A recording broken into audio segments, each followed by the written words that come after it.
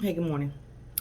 It's Friday, so I guess it's time for the Friday rant. Listen, good morning, everybody. There's just so many things happening in our society, happening in our world, happening in our community, happening in just schools, and there's so much to cover. But I'm just gonna hit on I think a couple of the big ones, the big ones this week. First of all, I don't think we've reached the Mad Max phase where we are now, fighting each other for basic resources and supplies. So please, be kind when you're getting your gas. Isn't there a sign on the gas tank that actually says, or the pump, that actually says, you can only use authorized containers for the gas? I've seen people fill up a laundry basket. Really? That's where we're going right now? But anyway, that just come. I think honestly, remember when we had the toilet paper scare at the beginning of the pandemic? I mean, I just think that's just people's lack of relationship with God. I mean, my God, you should think about others. Think it's not about you. Think about other people. How about that? Let's just try that for a second, okay? And I'm gonna just say this too. If we if we do think about others, we would then have that thought process to say that, we shouldn't have fired all these teachers and then turn around and try and hire teachers. That seemed like something counterintuitive with that. Or now we receive the money and now we gonna fix everything, make everything better. If we had been thinking about them from the beginning, we wouldn't have been in this situation that we're in right now. Which leads us then to back to education as usual. Listen, here's something that we need to have, which is a discussion. We got 10 days left, right? We need to have a discussion with our children. Seriously. Because one of the questions I wonder, people ask your child this question: what is your purpose for school? What's your purpose? What purpose do you bring to school, and what do you think the purpose of school is? Because with 10 days left, we're seeing some very interesting behaviors in our children. And when you ask them these questions, ask them why they're in the particular school that they're in. Because there's some schools that are themed schools. For example, some magnet schools, Title I school, achievement schools, there's technical schools, there's all those type of schools like that. But when you ask your child why are they there, can they realistically tell you the reason why they're in a particular school? Is it if they answer you, well, my family there, that's not the reason why you're in a school. For example, my school is a magnet school. We are science, technology, engineering, and math. You have to first apply to the school. Then you need to have a particular reading level to get through some of this material that we teach at our school. But if you are coming to school to create chaos, division, problems, I mean, look, this week I had to use the principles of STEM to build myself a barricade, but we'll talk about that later. Behaviorally, if your children do not want to be there, take these 10 days and begin your vacation and say to yourself, you know what, I don't think this is the right fit for me. I'm not ready to be here. And then some of them, I'm very concerned about high school. I have a class whose average reading level is fifth grade. They're eighth graders. Do the math on that. Do you think they're ready for high school?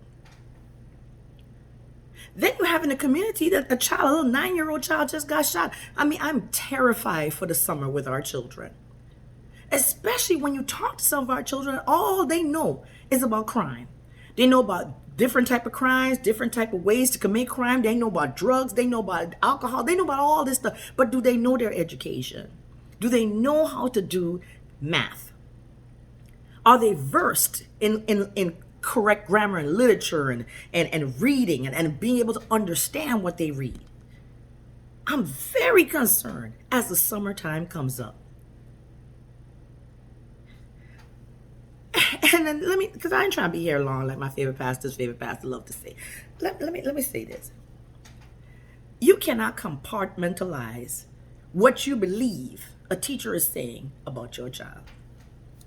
For example, you can't say, well, if the teacher says your child is sleeping in class, you believe that. Or the teacher says your child on the phone, you believe that, because that can be verified. All you got to do is look through the phone records and just, see how much text they sent all through the day, because some kids text all day long, on the phone all day long, play games all day long.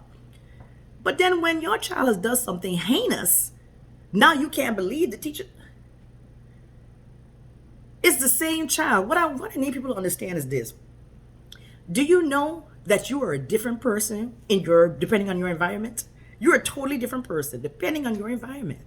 Because I can't go to the bank and act like I'm in the hood if I'm trying to secure a bank loan.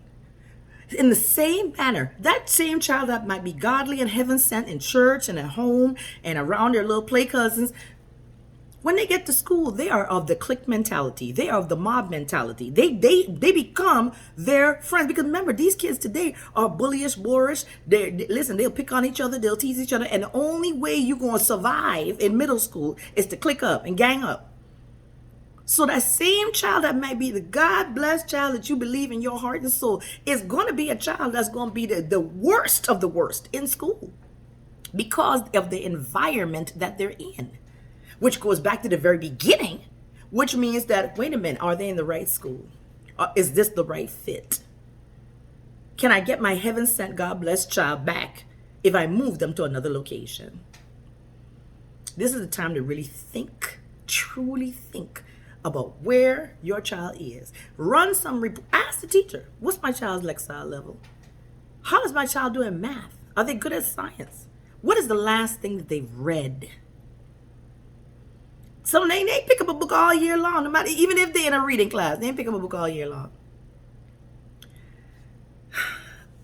I just need us to reflect and think about our lives. Just think, just for a second. Because I ain't got nothing else. Listen, I'm dressed for, this is it, t-shirt and jeans the rest of the week. Or in fact, the rest of the year. We got 10 days left because I don't know what I'm going to encounter. All right, guys, I got to go to work because I just can't do this around these people tomorrow. Okay, listen, I'm going on these people's job. Listen, it's the Diva D. No one like me. With the Friday rant, rise against negative thoughts, negative tactics, rise against negativity today. And just pray for us, teachers. Peace.